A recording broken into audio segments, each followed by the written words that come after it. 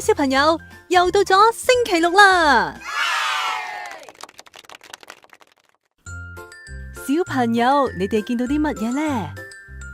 係一位小女孩攬住佢嘅爺爺喎，後面仲有啲好靚嘅樹木喺度添。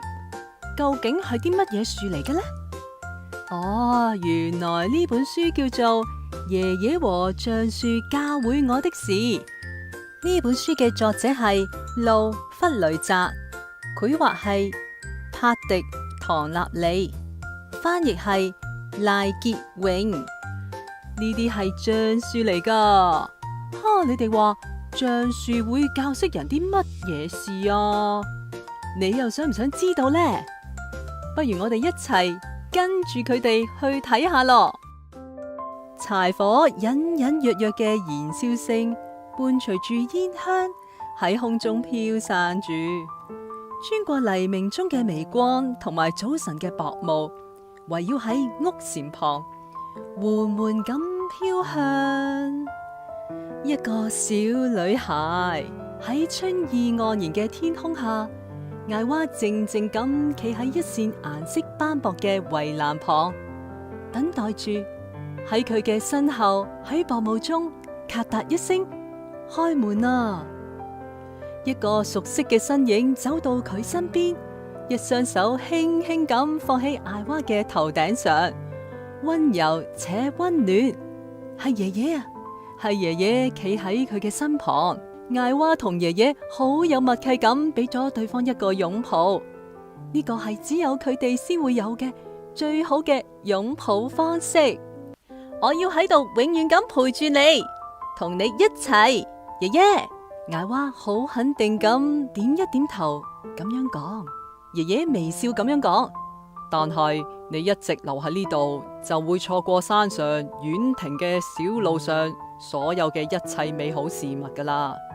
爺爺牽起艾娃嘅手，笑住講：行啦，我哋出發去睇睇，去探險啊！佢哋緊握住彼此溫暖嘅手，朝向森林走去。最後喺一棵橡樹下停咗落嚟。快啲醒下啦，我嘅老朋友！爺爺輕輕咁叫住。就喺呢一瞬間，橡樹似乎微微咁擺動咗一下樹枝啊！呢一棵橡樹嘅一生係好值得我哋學習了解嘅一課。佢配合住春夏秋冬四季嘅節奏成長，亦都喺我成長嘅過程中為我吟唱咗一首古老嘅歌。而家輪到你嚟傾聽橡樹為你而唱嘅生命之歌啦。爺爺咁樣講，接着爺爺舉起咗手，指向咗高高嘅樹枝。你聽唔聽到啊，艾娃？而家橡樹正在唱住嘅係春天，就好似橡樹末端最細嘅花蕾一樣。你會綻放，你會成長，你會長得好似大樹一樣，從蒼芽開始長成一片嫩葉，再變成一個果實，最後長成一棵大樹啊！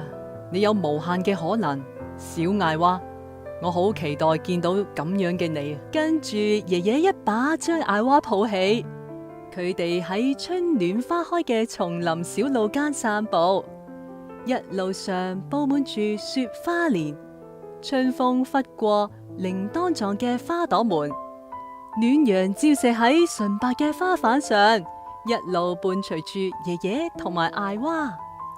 日子一天天咁過，橡樹上嘅嫩芽亦都漸漸咁茁壯長大啦。係夏天，爺爺笑住講：艾娃，快啲嚟睇下我哋橡樹下有啲乜嘢？係森林裏嘅小動物們啊！睇睇呢啲雀仔，仲有嗰啲甲蟲同埋蜜蜂啊！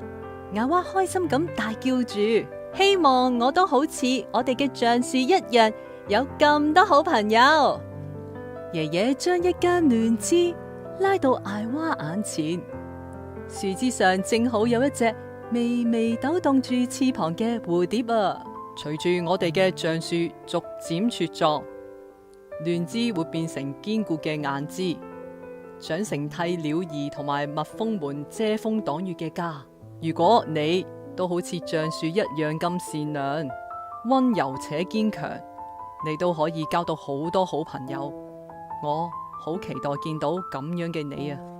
微風帶住陣陣花香，迎面吹嚟。爺爺與艾娃手牽住手，沉浸喺溫暖嘅夏天裏。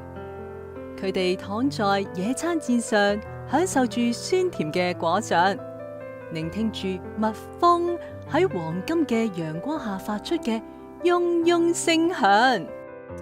日子一天天咁過，漸漸有咗寒意，橡樹換上咗金銅色嘅衣裳。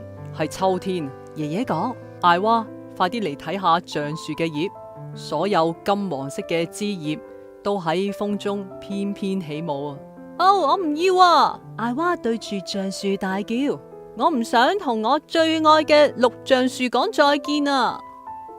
但係琥珀色嘅落葉隨住秋風吹過佢嘅小手間，爺爺緩緩咁執起咗一片落葉。唔理係好大嘅改變，亦或係微小嘅改變，時間一天天流逝，世界萬物都喺度改變緊。時間唔會因為我哋深愛住嘅橡樹葉子飄落而停止，但係改變亦都可以係美好㗎。我好期待睇睇你會變成點嘅樣子啊！艾娃嘅小手握住一顆橡果子，慢慢咁，爺爺同埋艾娃走進咗秋天寂靜嘅薄霧裏。佢哋踩喺秋紅色捲曲嘅落葉裏走過，樹林間最後嘅陽光亦都漸漸退去。日子一天天咁過，葉子好快咁枯萎凋落。爺爺與艾娃躲進白色嘅小木屋裏。係冬天，爺爺輕輕咁咳嗽講住：好好咁瞓啦，我嘅老朋友。我哋有段時間可以好好休息啦，你同我。冬天變得寒冷無比，外面嘅寒風呼嘯而過。爺爺躺在被窩裏，嗰啲陽光燦爛嘅日子，好似係好耐好耐以前嘅事咁，亦都漸漸咁流逝喺爺爺嘅睡夢裏。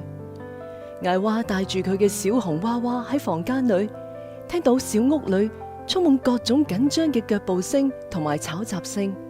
喺忙碌吵雜嘅響聲下，艾娃獨自離開小屋，冇人注意到佢離開咗。穿過山間結滿冰霜嘅黑暗蕨類樹林，艾娃走到咗老橡樹嘅身旁。呢度仲好似以前一樣咁安靜。艾娃用佢小小嘅手臂抱住遍滿冰霜嘅老樹。春天就快嚟噶啦，再撐一下啦，唔好離開我啊！艾娃輕聲細語咁對住佢講。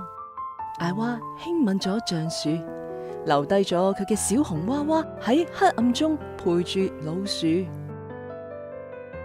每一日嘅晚上，艾娃總係落咗床，走去爺爺房間嘅門前，靜靜咁靠喺門邊，陪伴住爺爺，就好似陪伴住佢哋嘅老橡樹一樣。春天就快嚟噶啦，再撐一下，唔好離開我。佢好似懇求咁，輕輕咁講，已經唔知道有幾多次啦。艾娃總係喺爺爺熟睡時，悄悄咁將佢為爺爺畫嘅畫塞進門縫裏。窗外嘅雪正一點一點咁融化，佢哋度過咗寒冷嘅冬天。艾娃獨自企喺圍欄前，一個熟悉嘅身影走到佢身旁。爺爺，佢開心咁大叫住。呢一份熟悉嘅溫柔，艾娃唔再係孤單一個啦。艾娃同埋爺爺好有默契咁俾對方一個擁抱，呢個只有佢哋先至會有最好嘅擁抱方式。行啦，我哋去睇一睇我哋嘅老橡樹係咪都恢復咗健康。佢哋穿越咗逐漸回暖嘅冰冷大地，橡樹靜靜咁傾倒喺寒風裏，冇任何嘅聲響，冇任何嘅樹枝裂開嘅噼啪聲，冇任何亂芽綻放。快啲翻嚟啦！艾娃顫抖咁執起咗一根樹枝，請唔好離開我啊！艾娃飲泣咁講住，唔好離開我同爺爺嘅身邊，疲累嘅老橡樹冇任何嘅回應。對艾娃嚟講，橡樹係佢生命中嘅一部分。隨住橡樹嘅離去，好似亦都帶走咗佢內心裏嘅某啲嘢咁。爺爺用手帕輕輕咁擦一擦艾娃面上嘅眼淚。我哋甚至冇機會講再見啊！艾娃喊住講，唔好難過。爺爺微笑住話，點樣結束都唔緊要，最緊要係我哋與橡樹之間嘅情感，我哋一齊完成嘅事情，一齊欣賞過嘅風景，一齊經歷嘅事情，一齊享受過嘅快樂。從一開始嘅相遇就係一段美好嘅故事，佢會永遠咁活喺我哋心裏噶。呢，仲記唔記得老橡樹送過啲咩禮物俾你啊？每一段結束都係一段全新嘅開始啊！呢個時候，爺爺將手緩緩張開，一道光芒照射喺手心上，仿佛係一道希望嘅光芒。我嘅橡果子啊！艾娃歡呼住，我哋可以一齊種下呢啲果子嗎？種下屬於我哋四季嘅回憶。爺爺點點頭咁樣講，呢一粒橡果子曾經係橡樹嘅一部分，同樣地，你亦都係我嘅一部分，我嘅寶貝。爺爺微笑咁講，永遠唔好忘記，新嘅橡樹裏亦都有老橡樹嘅美好回憶。艾娃與橡果子一齊喺春天裏長大，佢哋一齊創造咗夏天裏嘅新回憶，佢哋一齊迎接秋天帶嚟嘅色彩，佢哋一齊度過寒冷嘅冬天，春天再度來臨啦。老橡樹嘅離去，讓艾娃學到咗最珍貴嘅一課。所有你失去嘅嘢，嗰啲你所愛嘅人同埋事物，其實從未消失，佢哋永遠存在喺你嘅心中，變成你嘅一部分，永遠咁活着。我的讀後感，呢一本書就好似一粒溫暖嘅種子。爺爺同埋橡樹話俾我聽，愛我哋嘅人即使去咗遠方，亦都會好似陽光同埋雨水一樣，悄悄咁留喺我哋嘅生命裏，讓我哋長得更高、更勇敢。所以每次我諗起邊一個，我就知道佢哋正在住喺我嘅心裏，幫我發芽。小朋友，你哋知道嗎？豆豆姨姨除咗喺呢度講故事俾你哋聽，仲有一個好似魔法盒一樣嘅豆豆手作周記。喺嗰度，我會用毛線勾出可愛嘅花朵，仲有好多神奇嘅手工作品。歡迎你同埋爸爸媽媽一齊嚟睇啊！講唔定我哋仲可以一齊動手做添。另外，仲有豆豆深夜書房。當晚上來臨，星星出嚟嘅時候，我會喺嗰度讀一啲特別嘅書，專門俾爸爸媽媽、叔叔姨姨聽噶。3，俾喪親者溫暖嘅關心。當你想安慰喪親嘅朋友，係咪都擔心自己講嘅話幫唔到佢呢？甚至仲會造成2度傷害？底下係俾喪親者嘅幾句關心說話，讓你能夠更適當咁表達支持，讓佢哋亦都擁有溫暖安靜嘅故事時光。所以豆豆姨姨其實有3棵唔同嘅故事大樹，歡迎你同埋爸爸媽媽一齊嚟探索。快啲邀請佢哋帶你去訂閱呢3棵有趣嘅大樹啦！唔好忘記開啟小鈴鐺、點讚、訂閱，咁就唔會錯過任何一個新故事同埋新作品啦。我哋下次故事見。